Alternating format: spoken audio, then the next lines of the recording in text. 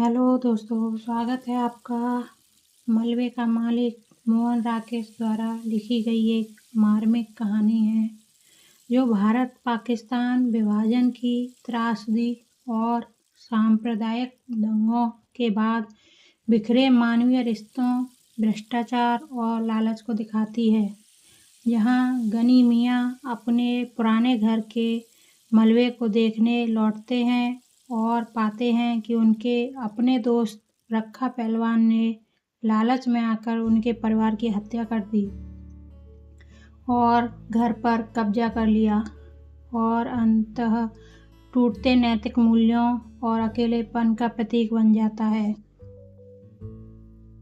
कहानी के मुख्य बिंदु।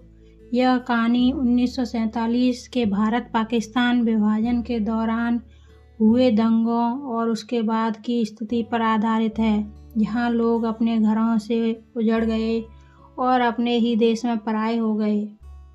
कहानी के मुख्य पात्र अब्दुल गनी, जो पाकिस्तान चला गया, और रखा पहलवान, गनी का दोस्त, जिसने उसे धोखा दिया है। 7.5 साल के बाद वे लोग लाहौर से अमृतसर आए थे। हॉकी का मैच देखने का तो बहाना ही था, उन्हें ज़्यादा चाव उन घरों और बाज़ारों को फिर से देखने का था जो 7.5 साल पहले उनके लिए पराए हो गए थे। हर सड़क पर मुसलमानों की कोई न कोई टोली घूमती नजर आ जाती थी। उनकी आंखें इस आग्रह के साथ वहाँ की हर चीज़ को देख रही थीं, जैसे वह शहर साधारण शहर न होकर एक अच्छा खासा आकर्षण केंद्र हो। बाजार बांसा अमृतसर का एक उपेक्षित सा बाजार है, जहाँ विभाजन से पहले गरीब मुसलमानों की बस्ती थी। वहाँ ज़्यादातर बांस और सहतीरों की ही दुकानें थीं, जो सब की सब एक ही आग में जल गईं। बाजार बांसा की वह आग अमृतसर की सबसे भयानक आग थी, जिससे कुछ देर के लिए तो सारे शहर के जल जाने का अंदेशा पैदा हो गया था। बाजार बांसा के आसपास के कई मोहल्लों को तो उस आग ने अपनी लपेट में ले ही लिया था। खैर, किसी तरह वह आग काबू में आ गई थी, पर उसमें मुसलमानों के एक एक घर के साथ हिंदुओं के भी 4-4, 6-6 घर जलकर राख हो गए।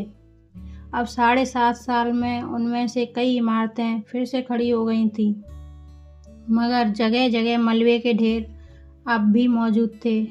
नई इमारतों के बीच बीच में मलबे के ढेर अजीब ही वातावरण प्रस्तुत करते थे। बाजार बांसा में उस दिन भी चहल पहल नहीं थी, क्योंकि उस बाजार के ज़्यादातर बासिंदे तो अपने मकानों के साथ ही शहीद हो गए थे, और जो बचकर चले गए थे उनमें से शायद किसी में भी लौटकर आने की हिम्मत नहीं रही थी। सिर्फ एक दुबला पतला बुढ़ा मुसलमान ही उस दिन उस वीरान बाजार में आया और वहाँ की नई और जली हुई इमारतों को देखकर जैसे भूल भुलैया में पड़ गया। बाईं हाथ को जाने वाली गली के पास पहुंचकर उसके कदम अंदर मुड़ने को हुए, मगर फिर वह एक नवयुवक को चाबियों का गुच्छा घुमाता हुआ गली की ओर आया। बुड्ढे को खड़े देखकर उसने रुककर पूछा, कहिए मियाँ जी, यहाँ कैसे? बुड्ढे मुसलमान की छाती और बाहों में हल्की सी कपकपी हुई और उसने होठों पर जबान फेरकर नवयुवक को ध्यान से देखते हुए पूछा, बेटे, तेरा नाम मनोरी है? नवयुवक ने चाबियों का गुच्छा हिलाना बंद करके अपनी मुट्ठी में ले लिया और आश्चर्य के साथ पूछा, आपको मेरा नाम कैसे पता है? 7.5 साल पहले तू बेटे इतना सा था, कहकर बुड्ढे ने मुस्कुराने की कोशिश की। आप आज पाकिस्तान से आए हैं? मनोरी ने पूछा। हाँ, मगर पहले हम इस गली में रहते थे, बुड्ढे ने कहा। मेरा लड़का चिराग दीन तुम लोगों का दर्जी था। तकसीम से 6 महीने पहले हम लोगों ने यहाँ अपना नया मकान बनाया था। ओ, गनी मियाँ, मनोरी ने पहचान कर कहा। हाँ बेटे, मैं तुम लोगों का गनी मियाँ हूँ। चिराग और उसके बीवी बच्चे तो नहीं मिल सकते, मगर मैंने कहा कि एक बार मकान की ही सूरत देख लूँ। और उसने टोपी उतारकर सिर पर हाथ फेरते हुए आंसुओं को बहने से रोक लिया। छोड़ो गनी मियाँ, अब बीती बातों को सोचने में क्या रखा है। मनोहरी ने गनी की बाँह पकड़कर कहा, चलो तो मैं तुम्हारा घर दिखा दूँ। गली में खबर इस रूप में फैली थी कि गली के बाहर एक मुसलमान खड़ा है जो रामदास जी के लड़के को उठाने जा रहा था। उसकी बहन उसे पकड़कर घसीट लाई, नहीं तो मुसलमान उसे ले गया होता। घरों की खिड़कियों में से और किवाड़ों के पीछे से अलबत्ता कई चेहरे झांक रहे थे। गनी को गली में आते देखकर उनमें हल्की हल्की चहमगोइयाँ शुरू हो गईं। दाढ़ी के सब बाल सफ़ेद हो जाने के बावजूद लोगों ने चिरागदीन के बाप अब्दुल गनी को पहचान लिया था। वह था तुम्हारा मकान। मनोहरी ने दूर से एक मलबे की ओर संकेत किया। गनी पल भर के लिए ठिठक कर फटी आंखों से उसकी ओर देखता रहा।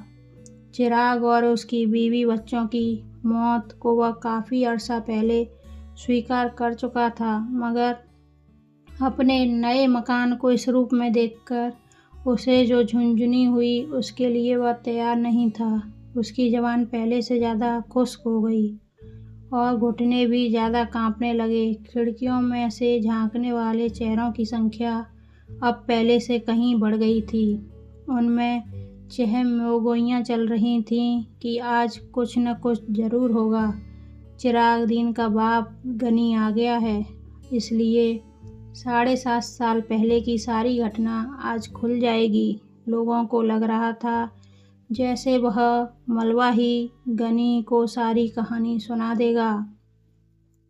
कि शाम के वक्त चिराग ऊपर के कमरे में खाना खा रहा था जब रखे पहलवान ने उसे नीचे बुलाया कि वह 1 मिनट आकर ज़रूरी बात सुन जाए। पहलवान उन दिनों गली का बादशाह था। हिंदुओं पर ही उसका काफ़ी दबदबा था। चिराग तो खैर मुसलमान था। चिराग का हाथ का कौर बीच में ही छोड़कर नीचे उतर आया। उसकी बीवी जुबेदा और दोनों लड़कियां किश्तवर और सुल्ताना खिड़कियों में से नीचे झांकने लगीं। चिराग ने ड्योढ़ी से बाहर कदम रखा ही था कि पहलवान ने उसे कमीज के कॉलर से पकड़कर खींच लिया और गली में गिराकर उसकी छाती पर चढ़ बैठा। चिराग उसका छुरे वाला हाथ पकड़कर चिल्लाया, न रखे पहलवान, मुझे मत मार। हाय, कोई मुझे बचाओ। जुबेदा, मुझे बचा। ऊपर से जुबेदा, किश्तवर और सुल्ताना जोर से चिल्लाईं। जुबेदा चीखती हुई नीचे ड्योढ़ी की तरफ भागी। रखे के एक शागिर्द ने चिराग की जद्दोजहद करती बाहें पकड़ लीं और रखा उसकी जांघों को घुटने से दबाए हुए बोला, चीखता क्यों है बहन के, तुझे पाकिस्तान दे रहा हूँ, ले। और जुबेदा के नीचे पहुँचने से पहले ही चिराग को पाकिस्तान दे दिया। आस पास के घरों की खिड़कियाँ बंद हो गईं। जो लोग दृश्य के साक्षी थे उन्होंने दरवाजे बंद करके अपने को इस घटना के उत्तरदायित्व से मुक्त कर लिया। बंद किवाड़ों में भी उन्हें देर तक जुबेदा, किश्तवर और सुल्ताना के चीखने की आवाज़ें सुनाई देती रहीं। रखे पहलवान और उसके साथियों ने उन्हें भी उसी रात पाकिस्तान देकर विदा कर दिया, मगर दूसरे तवील रास्ते से उनकी लाशें चिराग के घर में न मिलकर बाद में नहर के पानी में पाई गईं। 2 दिन तक चिराग के घर की छानबीन होती रही और बाद में घर को आग लगा दी गई। रखे पहलवान ने कसम खाई थी कि वह आग लगाने वाले को जिंदा ज़मीन में गाड़ देगा, क्योंकि उसने उस मकान पर नज़र रखकर ही चिराग को मारने का निश्चय किया था। उसने उस मकान को शुद्ध करने के लिए हवन सामग्री भी खरीद रखी थी, मगर आग लगाने वाले का पता ही नहीं चल सका। उसे जिंदा गाड़ने की नौबत तो बाद में आती। अब 7.5 साल में रखा पहलवान उस मलबे को अपनी जागीर समझता आ रहा था, जहाँ न वह किसी को गाय भैंस बांधने देता और न खोंचा लगाने देता था। उस मलबे से बिना उसकी अनुमति के कोई ईंट भी नहीं उठा सकता था। लोग आशा कर रहे थे कि यह सारी कहानी जरूर किसी न किसी तरह गनी के कानों तक पहुंच जाएगी। जैसे मलबे को देखकर उसने अपने आप ही सारी घटना का पता चल जाएगा और गनी मलबे की मिट्टी नाखूनों से खोद खोद कर अपने ऊपर डाल रहा था। चिराग दीना, बोल, तू कहाँ चला गया? ओए ओए कुश्तबर, ओ सुल्ताना, हाय मेरे बच्चे, ओए गनी को कहाँ छोड़ दिया? ओए। और भूरे भूरे किवाड़ से लकड़ी के रेसे झड़ते जा रहे थे। पीपल के नीचे सोए हुए रखे पहलवान को जाने किसी ने जगा दिया या वह खुद ही जाग गया, यह जानकर कि पाकिस्तान से अब्दुल गनी आ गया है और अपने मकान के मलबे पर बैठा है। लच्छे ने देखा कि मनोरी मलबे की तरफ से गनी की वहां पकड़े हुए आ रहा है। वह उकड़ू होकर चिलम के लंबे लंबे कास खींचने लगा। उसकी आंखें आधा क्षण रखे के चेहरे पर टिकती और आधा क्षण गनी की ओर लगी रहती। मनोरी गनी की बाहें पकड़े हुए उसे एकदम आगे चल रहा था, जैसे उसकी कोशिश हो कि गनी कुएं के पास से बिना रखे पहलवान को देखे ही निकल जाए। मगर रखा जिस तरह बिखर कर बैठा था, उसने गनी ने उसे दूर से ही देख लिया। कुएं के पास पहुंचते पहुंचते उसकी दोनों बाहें फैल गईं और उसने कहा, रखे पहलवान। रखे ने गर्दन उठाकर और आंखें जरा छोटी करके उसे देखा। उसके गले में अस्पष्ट सी घबराहट हुई, पर वह बोला कुछ नहीं। रखे पहलवान, मुझे पहचाना नहीं? गनी ने बाहें नीची करके कहा, मैं गनी हूँ, अब्दुल गनी, चिराग दीन का बाप। पहलवान ने संदेहपूर्ण दृष्टि से उसका ऊपर से नीचे तक जायजा लिया और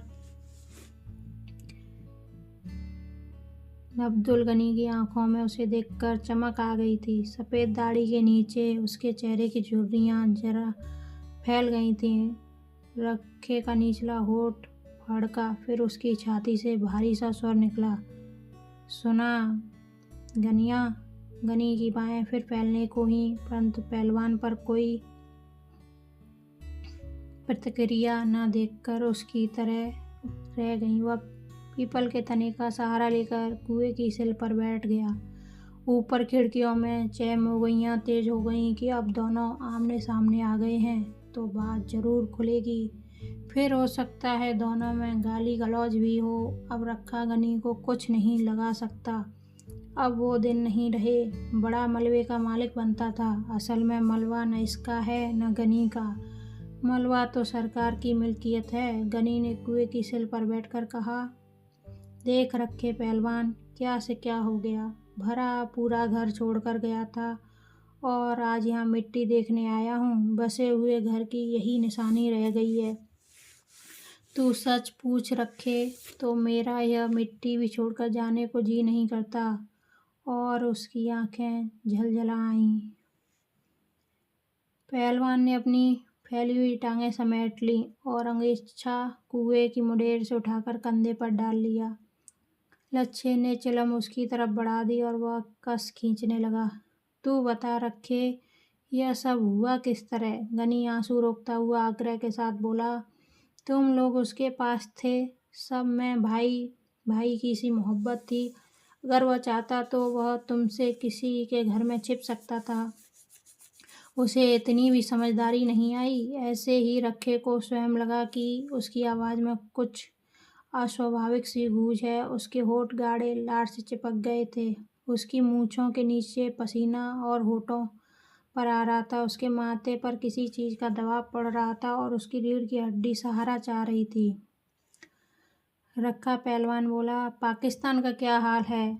उसने वैसे ही स्वर में पूछा। उसके गले की नसों में तनाव आ गया था। उसने अंगोछे से बगलों का पसीना पोंछा और गले का झाग मुंह में खींच खींचकर गली में थूक दिया। मैं क्या हाल बताऊं रखे? गनी दोनों हाथों से छड़ी पर जोर देकर गनी ने लक्षित किया कि पहलवान के होठ सूख रहे हैं और उसकी आंखों के इर्द गिर्द दायरे गहरे हो गए हैं। तब वह उसके कंधे पर हाथ रखकर बोला, जी हल्का न कर रखिया, जो होनी थी सो हो गई, उसे कोई लौटा थोड़ा ही सकता है। खुदा नेक की नेकी रखे और बद की बदी माफ़ करे। मेरे लिए चिराग नहीं तो तुम लोग तो हो, मैंने तुमको देख लिया तो चिराग को देख लिया। अल्लाह तुम लोगों को सेहतमंद रखे, जीते रहो और खुशियाँ देखो। और गनी छड़ी पर दबाव देकर उठ खड़ा हुआ। रखे के गले में स्वीकृति की मध्यम सी आवाज़ निकली। अंगोछा बीच में लिए हुए उसके दोनों हाथ जुड़ गए। गनी गली के वातावरण को हसरत भरी नज़र से देखता हुआ धीरे धीरे गली से बाहर चला गया। ऊपर खिड़कियों में थोड़ी देर चैमोगियाँ चलती रहीं कि मनोरी ने गली के बाहर निकलकर जरूर गनी को सब कुछ बता दिया होगा। गनी के सामने रखे का तालू कैसे खुश्क हो गया था। रखा अब किस मुंह से लोगों को मलबे पर गाय बांधने से रोकेगा। बेचारी जुबेदा, बेचारी कितनी अच्छी थी, कभी किसी से मंदा नहीं बोली।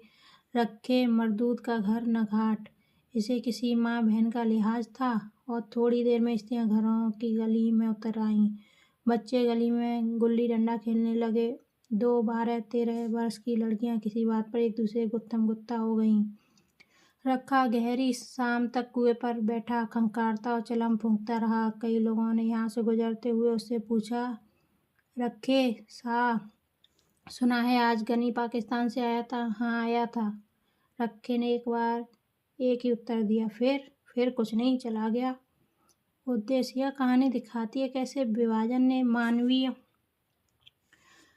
रिश्तों को तोड़ दिया और लोग स्वार्थ और धार्मिक उन्माद में अंधे हो गए। यह समाज में व्याप्त भ्रष्टाचार, लालच और नैतिक पतन को उजागर करती है, जहाँ भाईचारा खत्म हो गया और इंसानियत मलबे में दब गई।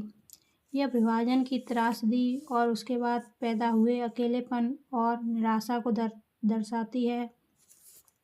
संक्षेप में, मलबे का मालिक उस समय के सामाजिक और मानवीय संकट का एक शक्तिशाली चित्रण है, जहाँ भौतिक और नैतिक दोनों तरह के मलबे हमारे जीवन पर छा गए हैं। दोस्तों, आपको यह कहानी कैसी लगी कमेंट करके ज़रूर बताएं और ऐसी ही और किसी कहानी जो आप सुनना चाहते हैं उसके लिए कमेंट करें।